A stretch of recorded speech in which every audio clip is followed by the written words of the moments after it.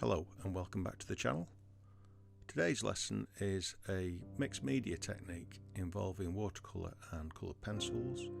I've first lightly sketched out the subject, a blackberry, and applied some masking fluid where the highlights will be, and I've let these dry thoroughly.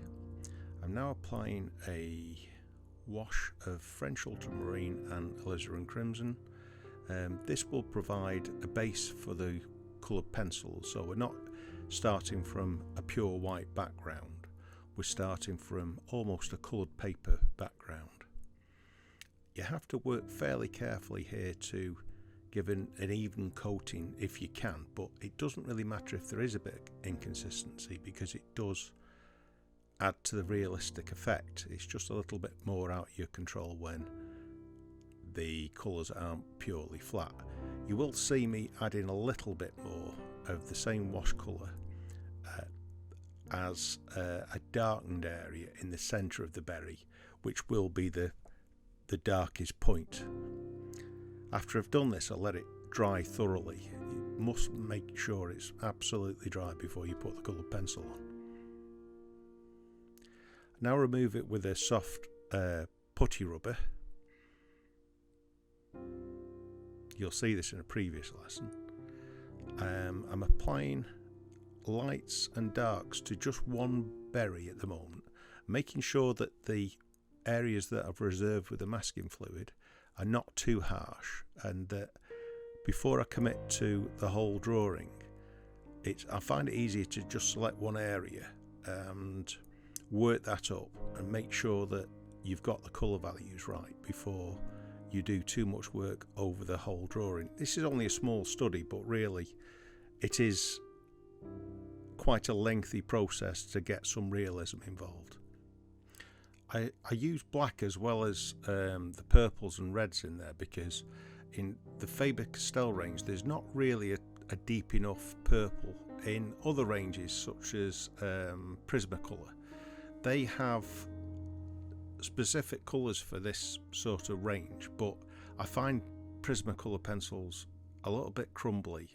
They don't hold the point well, so the way round it really is to incorporate black, but more as a mixing colour rather than a standalone colour.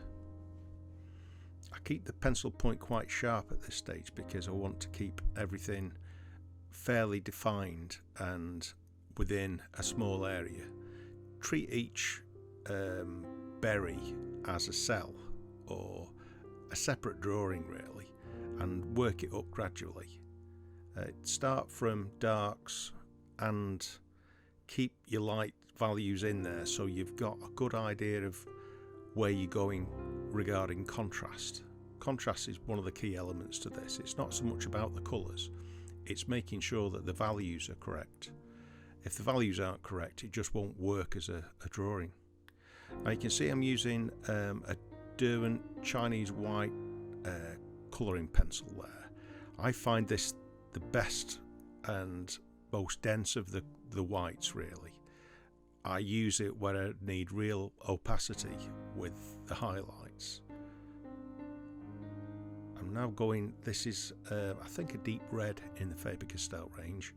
This is basically like an undertone that I'm using, and then I'll go in with the Caput Morton violet, the Derwent white, and possibly a touch of black maybe in that area. Yep. And I build up each berry like this individually using 4 or 5 different colours, and then I'm using the Caran d'Ache luminance white as a sort of blending white really. I find it's a little bit harder than the Derwent white, although it's not a hard pencil by any means, and it does cover very well, but it also acts as a good blender. Colouring the stalk here in a pale yellow. I'm also defining this a little with a bit of white as the highlight around it, and then later on I'll be putting some darks in that area. You see now, just by adding these extra colours does give extra realism. Again, I'm going in with the burnt white just to reinforce that whiteness there that I'll need later. The top berry is receiving quite a bit of the light, so that will be the palest one. You need to carefully observe blackberries because not each cell or berry will be black or dark purple. Some will be quite red. I used the deep red pencil quite a lot in this exercise. So I've worked up all the berries now. You can see it's taken quite a while to get to this stage. Even though we're running at roughly twice the speed that I worked at. I'm going in now with the deep red again, just to give some of the berries which have more of a red tone extra depth.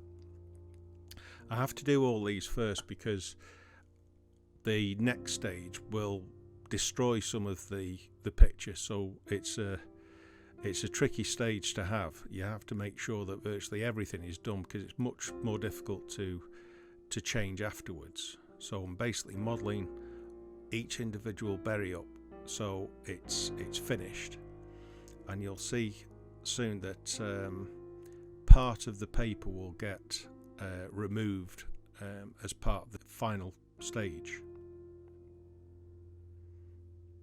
I'm just going back in with the Caran d'Ache Luminance Black to really deepen those shadows.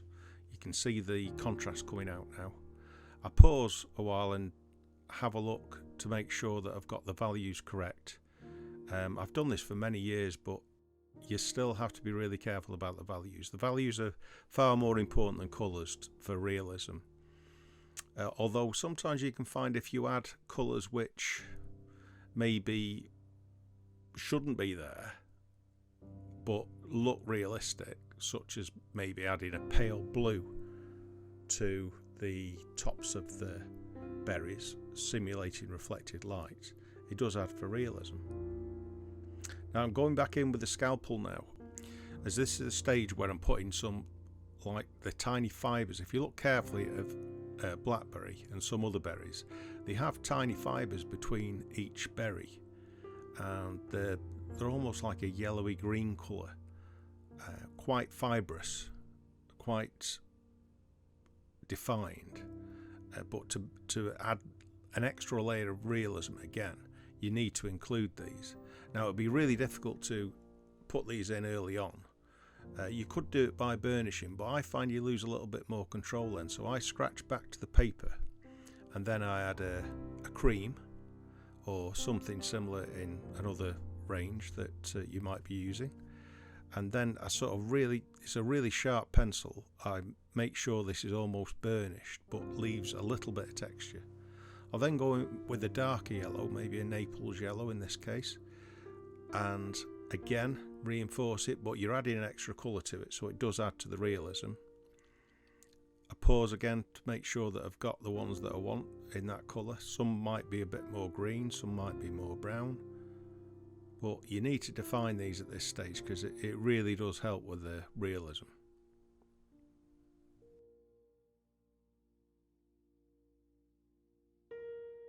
Dusting away any residue that you might have. You have to watch that this doesn't catch under your hand and you dirty the paper with it.